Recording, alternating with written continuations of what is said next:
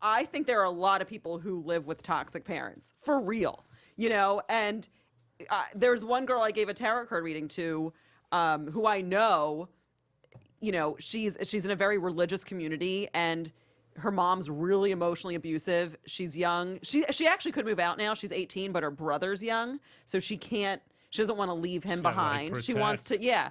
And it's a really shitty situation. The example she tells me, I'm like, fuck, your mom's very emotionally abusive. And the whole building she lives in, they're all in that community, and they all back up her mom.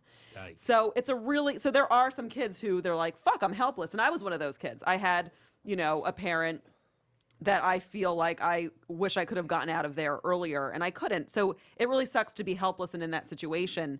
But real quick, sorry, at the same time, a kid's point of view of what their parents are doing can be misconstrued. Because I know when I was younger, like, my dad was always the mean guy, whatever. But then as I got older, I'm like, he was only doing that shit to because protect you. Yeah, exactly. You know what I mean? Like, when you think about it, like maybe he didn't go about it the exact right way, and like he's parents psycho. are awful at communication because they're not. My dad once told me that he was gonna cut my PlayStation in half and make with a miter saw and make me stand behind it so all the shavings would come on me.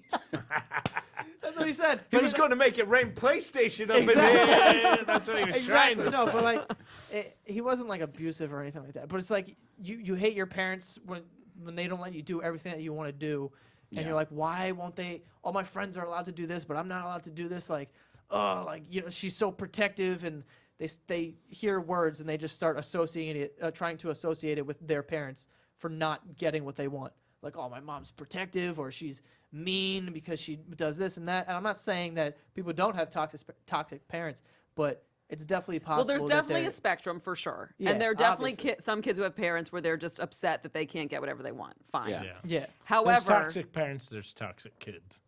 That's true. That's true. But in the case of when you do have a toxic parent, that just sucks. Like, I don't even know what advice to give. Like, try to do everything you can to stay as sane as you can until you can get out. Like, journaling, having outside structures or sources that you can go to after school. Like whatever you can find. I don't know what kind of programs they have, but I'm sure there are things you can sign up for, whether it's like sports or just clubs where you can have an outside of your family place to go to where you feel safe and supported. And if you can go to a therapist, but sometimes parents don't let you do that. That if you have a toxic parent or parents in your home, that this sounds like weird to say to people, but like, you should really try to support yourself and just feel like you don't need them.